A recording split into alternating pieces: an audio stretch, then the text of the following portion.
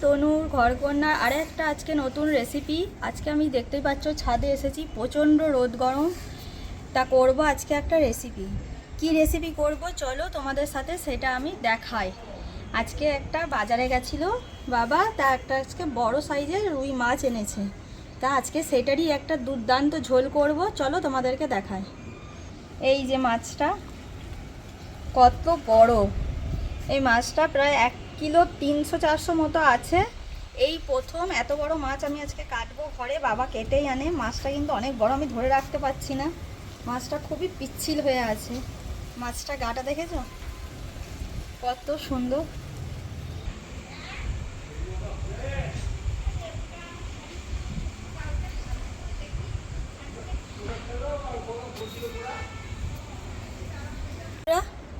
মাছটা তো অনেকটাই বড়, কাটতে সময় লাগবে, তাহলে চলো তাহলে কেটে নিই আমি। মাছটা বুঝতে পারছি না পেটে ডিম হবে কি হবে না, কাটার সময় দেখা যাবে। চলো তোমাদের সাথে শেয়ার করি মাছ কাটাটা।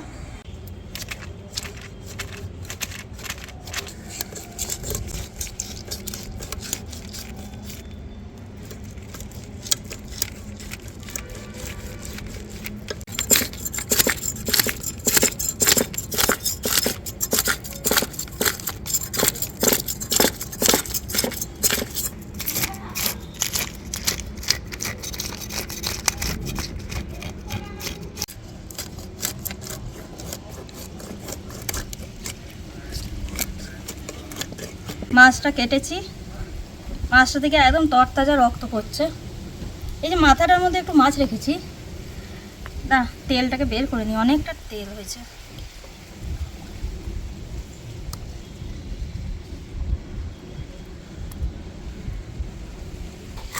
মাছগুলো পিস করে নেবো, পেটি বার করব।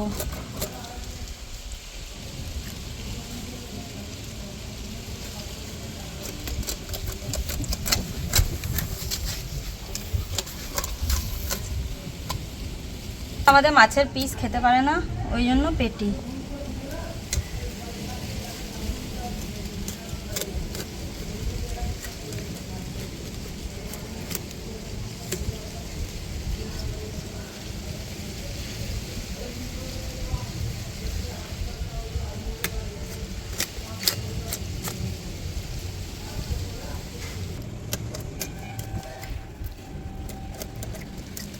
করে ধুয়ে নিচ্ছি, আমার কাটা হয়ে গেছে।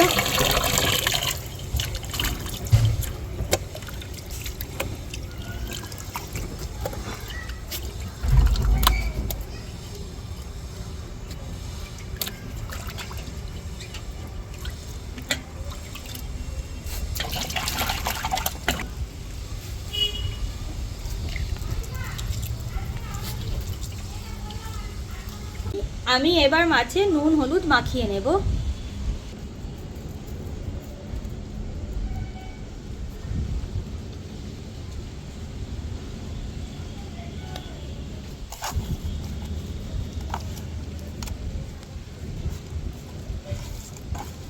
অনেকটা মাছের তেল বেরিয়েছে, এটাকে ভেজে দেবো আমি। এটা তো নুন আর পরিমাণ মতো হলুদ দিয়ে ভালো করে মাখিয়ে নেব। পরিমাণ মতো তেল দিয়ে দিচ্ছি মাছ ভাজার জন্য। তেল গরম হয়ে গেছে, আমি একটু নুন দিয়ে দিলাম, এতে মাছগুলো চিটে যায় না। মাছগুলো একে একে ভেজে নিচ্ছি আমি।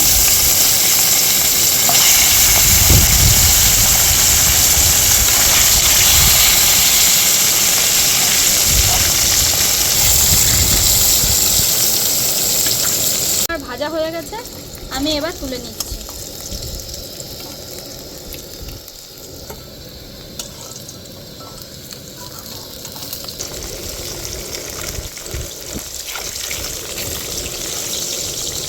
করে পেঁপে কেটে নিয়েছি, এবার ভেজে নেব পেঁপেগুলো আমি। লাল লাল করে পেঁপেগুলো সুন্দর করে ভেজে নেব। নুন হলুদ।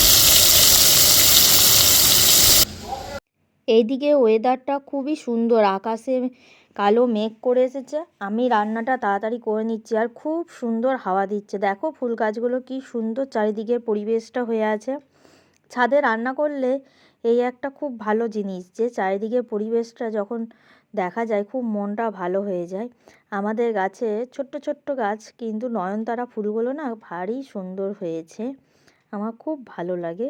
খুব সুন্দর লালভাবে ভাজা হয়ে গেছে, আমি তুলে নিচ্ছি।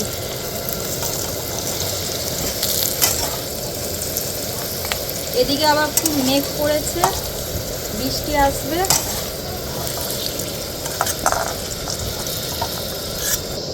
একটু তেল দিয়ে দিলাম, জিরে তেজপাতা ফোড়ন দিলাম, করে কেটে রাখা আলু ভেজে নিচ্ছি।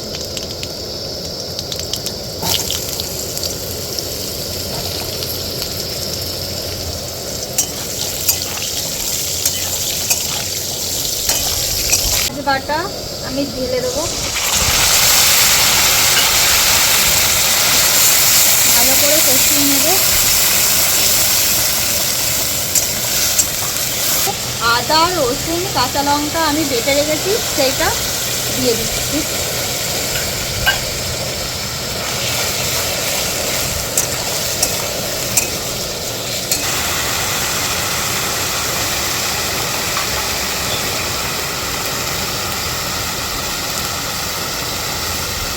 নুন পরিমাণ মতো, রঙের জন্য হলুদ পরিমাণ মতো, ধনে গুঁড়ো 1 চামচ, গুঁড়ো 1/2 চামচ করে আমি এবার এটাকে কষিয়ে নেব।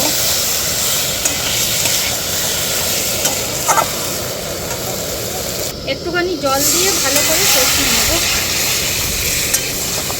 যাতে মশলাটা পুড়ে না যায়। কুচানো টমেটো দিয়ে দেব,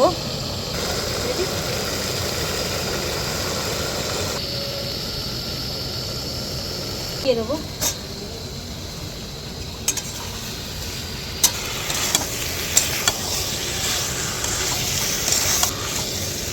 আমার কষানো হয়ে গেছে, এবার আমি জল দিয়ে দেবো। যে যা সেরকম জল দেবেন, আমাদের বেশি গ্রেভি করবো না, ওই জন্য বেশি দিই।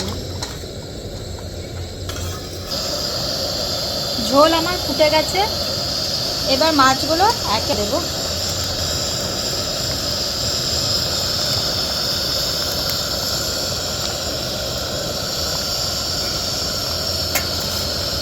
কিছুক্ষণের জন্য আমি ঢাকা দিয়ে দিচ্ছি।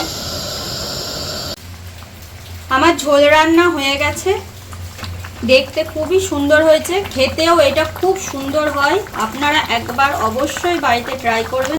আর হ্যাঁ, প্রত্যেকবারের মতো কমেন্ট করে জানাবেন কিন্তু কেমন লাগলো আমার রেসিপিটা।